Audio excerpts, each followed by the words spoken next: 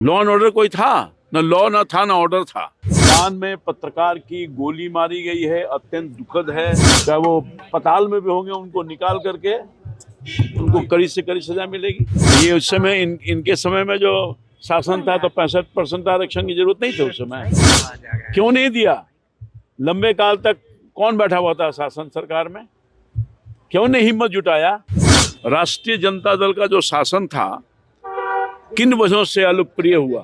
जब उनका कार्यकाल था तो आरक्षण 85% क्यों नहीं कर दिया? कैसा था उनका कार्यकाल, क्या उनकी स्थिति थी, ये तो सबने देखा है।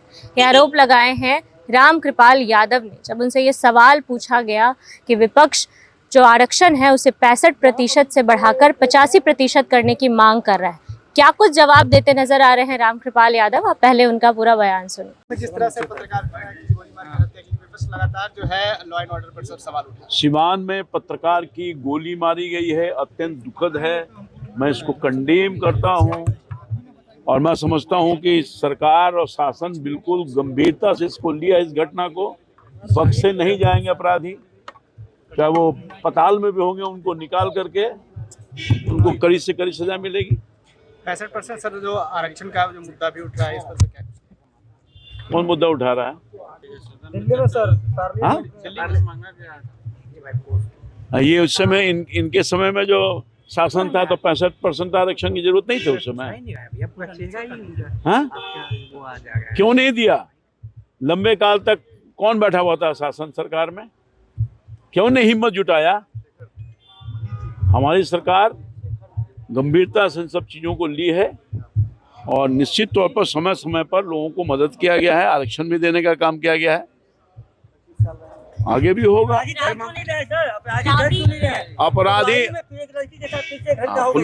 फुलवारी की घटना दुखद है और से नहीं जाएंगे, पकड़े जाएंगे और उनको कड़ी से कड़ी सजा मिलेगी कानूनी तौर पर। राबड़ी देवी और इस्तीफा मांग रही है, दोनों सम्राट चौधरी के इस्तीफे की मांग। हाँ? राबड़ी देवी इस्तीफे की मांग कर रही है। अच्छा, मैं पूछता हूँ, राष्ट्रीय जनता दल का जो शासन था किन वजहों से अलोकप्रिय हुआ? मैं तो वहीं था ना। लॉ एंड ऑर्डर कोई था? न लॉ न था न ऑर्डर था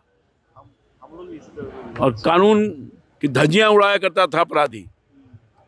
हमने तो अमन शांति लाया है नीतीश कुमार की सरकार, एनडीए की सरकार।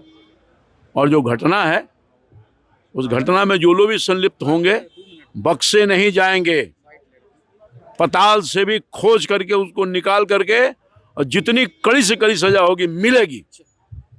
तो सुना आपने रामकृपाल यादव को इस तरीके से उन्होंने विपक्ष के कार्यकाल को गिनवाया। उन्होंने साफ तौर पे कहा कि उनके कार्यकाल में क्या स्थिति थी बिहार की, वो उन्हें एक बार देखना चाहिए। और जब उनका कार्यकाल था तो क्यों नहीं आरक्षण को 85% कर दिया? सिर्फ मांग करने से हो जाएगा? इन आरोपों को लेकर आपकी क्या राय है? अपनी राय कमेंट बॉक्स में जरूर दें। फिलहाल इस खबर में इतना ही। तमाम अपडेट्स के लिए बने रहिए मगही न्यूज़ के साथ। मगही न्यूज़ से संजना की रिपोर्ट। पटना।